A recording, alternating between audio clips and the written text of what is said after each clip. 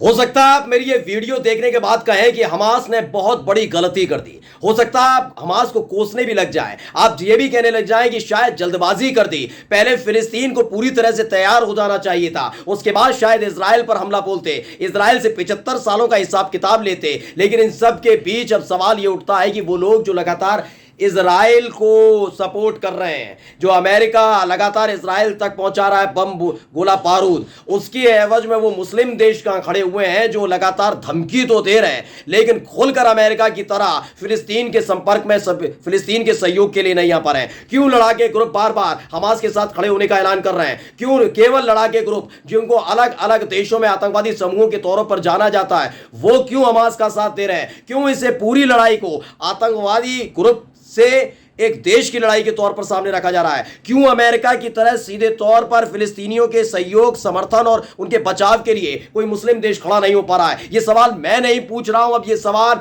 फिलिस्तीन की तरफ से खड़ा हो रहा है। नमस्कार, मैं हूं प्रज्वल गौतम और आप देख रहे हैं द कंटा।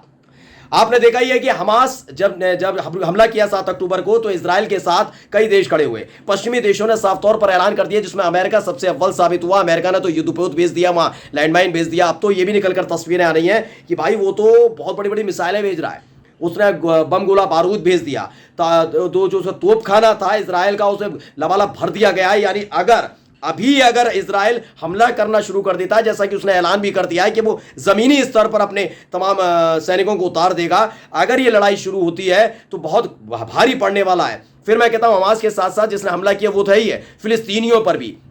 लेकिन इस पर जो अंतर्राष्ट्रीय स्तर पर जो मुस्लिम देशों की चुप्पी नहीं कहूंगा, समर्थन दिया है, धमकी दी जा रही है। कतर ने कह दिया मैं गैस की सप्लाई रोक दूंगा, ईरान कह रहा है संभल कर रहना है, मैं बहुत बुरा कर दूंगा, सऊदी अरब भी धमकी देता हुआ नजर आए, पुतिन ने भी कह दिया कि इसके पीछे अमेरिका जिम्मेदार है। लेकिन ये बातों से आगे क्यों फिलिस्तीनियों के लिए कोई फौज नहीं भेज रहा, कोई अपने यहाँ का साजो सामान नहीं भेज रहा, कोई ऐसी चीजें क्यों नहीं हो पा रही, ये सवाल उठ रहा है। क्योंकि अब ये जो पूरी लड़ाई हम अब तक समझ रहे थे कि फिलिस्तीन से इजराइल की है, ये फिलिस्तीन से इजराइल के तौर पर पेश नहीं की जा रही है। जो अंतर्राष्ट्रीय स्तर पर आप जाकर देखेंगे तो पश्चिमी देश लगातार बता रहे हैं कि एक आतंकवादी समूह ने जाकर इजराइल पर हमला कर दिया है। यानी एक आतंकवादी समूह वर्सेस एक देश की लड़ाई है, इजराइल की लड़ाई है, इसलिए अमेरिका खुलकर साथ दे रहा है। लेकिन कम से कम मैं फिर कहता हूं हमास का साथ मत दीजिए। हमास के साथ तो देखिए अलग अलग देश जो हैं, जैसे लेबनान का हिजबुल्लाह आ गया, ISIS दे रहा है। पता चला है कि रमजान कादिरफ चेचन ने लड़ाके भी कूद पड़े हैं उसमें, और भी कई देशों के साथ साथ तालिबान ने भी ऐलान कर दिया। लेकिन क्या रूस क्यों नहीं आ रहा? चलिए उसको भी छोड़िए, कई अरब कंट्री क्यों नहीं आ रही हैं? लेकिन इन सब के बीच जो ताजा तस्वीर मैं आपको दिखाने जा रहा हूं वो बेचैन कर सकती है इजराइल को भी। क्योंकि इजराइल जिस वेस्ट बैंक की बात करता है वहां पर एक बड़ा घटनाक्रम घटा है, बड़ी तेजी के साथ घटा है। वो सोच रहा था कि गजा में लोगों को डराएगा, गजा में जाकर लोगों को डराएगा, धमकाएगा, क्योंकि वहां हमास सबसे ज्यादा सक्रिय है। लेकिन वेस्ट बैंक के अंदर भी बहुत तेजी के साथ उथल पुथल हो रही है। दरअसल ये जॉर्डन की तरफ की तस्वीर है, जो फिलिस्तीन से जुड़ी हुई सीमा है। ये तमाम लोग जो जॉर्डन के लोग हैं, जॉर्डन के लोग इस बात को लेकर नाराज हैं कि हमास ने जो किया, इजराइल पर हमला किया, आप में इतनी हिम्मत नहीं हो पा रही। आपके पास तो मोसाद के अधिकारी हैं, बड़े बड़े तुन्नम खां टाइप के हैं आपके पास तो एजेंट, उनसे पता करवाइए कहां का ठिकाना है। हमास के ठिकाना पता नहीं कर पा रहे। आप पे सैटेलाइट है, आप पर बड़े बड़े अधिकारी हैं, आप पर एयरफोर्स है, ये तमाम चीजें तो हमास के ठिकाने को तबाह करिए। आप फिलिस्तीनियों पर हमला कैसे कर सकते हैं? इसलिए जब वहां की सरकार है, वहां के लोग, वहां की सेना चुपचाप रही तो वहां की जो जनता है वो सड़कों पर उतर आ रही है। जो भी आप तस्वीर देख रहे हैं ये जॉर्डन के लोग हैं जो सीधे फिलिस्तीन में घुस जाना चाहते हैं, फिलिस्तीन के सहयोग के लिए घुसना चाहते हैं। ये याद दिलाना चाहते हैं कि इस वक्त फिलिस्तीन मुश्किल में है और फिलिस्तीन का जो इजराइल चाहता था वो अब कर सकता है। यानी इजराइल यही चाहता था कि एक गलती बस हो जाए, उसके बाद मैं नामो निशान मिटा दूंगा फिलिस्तीन का। वो करने पर उतारू हो गया और पूरा अंतरराष्ट्रीय बिरादरी, ज्यादातर देश इजराइल के साथ ये खड़े हैं कि तो आतंकवादी समूह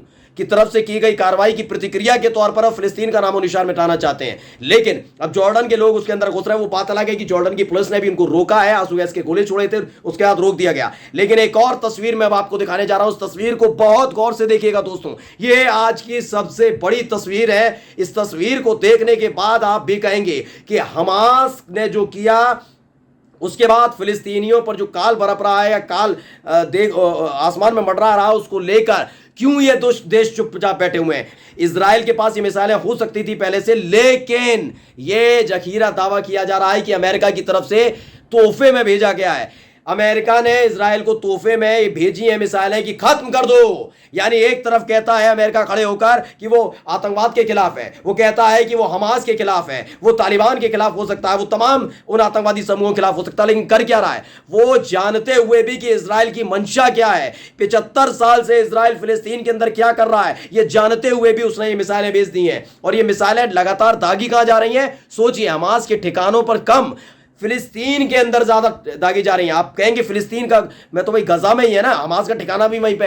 तो मैं फिर कहता हूं, फिर किस बात का तुम्हारा मोसाद, फिर किस बात की तुम्हारी इंटेलिजेंस, फिर किस बात की तुम्हारी सैटेलाइट तुम पहचान नहीं पा रहे कि हमास के ठिकाने कहां पर है? इसका मतलब आपकी लड़ाई आतंकवाद से थी नहीं। इजराइल दोहरा रूप अपना रहा था, दोगला रूप अपना रहा है, क्योंकि उस पर इतनी अत्याधुनिक मशीनें होती हैं, अत्याधुनिक पूरी सैटेलाइट वगैरह सब है। उसके बाद वो जान नहीं पा रहा कि हमास का ग्रुप कहां है। उसकी मंशा है सिर्फ फिलिस्तीन को मिटा देना। यह बात मैं नहीं कह रहा हूं, 75 साल का इतिहास उठाकर पढ़ लीजिएगा, आप खुद पर खुद कहने लगेंगे कि जी हां, यही तो मंशा है। और हमास की गलती अब फिलिस्तीनियों को भुगतनी पड़ रही है, और साफ तौर पर इजराइल अपनी मंशा में कामयाब हो रहा है और अमेरिका उसका साथ दे रहा है। लेकिन जो सवाल पूछा जा रहा है वो सवाल सबसे ज्यादा महत्वपूर्ण है इस पूरे मामले में, जहां अब चुप रहकर नहीं, सिर्फ बातों तक नहीं, सिर्फ बयानों तक नहीं, सिर्फ मुलाकातों तक नहीं, बल्कि दोस्तों आगे आकर गोला बारूद, एंटी टैंक मिसाइल, युद्धपोत, ये तमाम चीजें अमेरिका डंके की चोट पर इजराइल को भेज रहा है कि जाओ खत्म कर दो। ईरान क्या कर रहा है?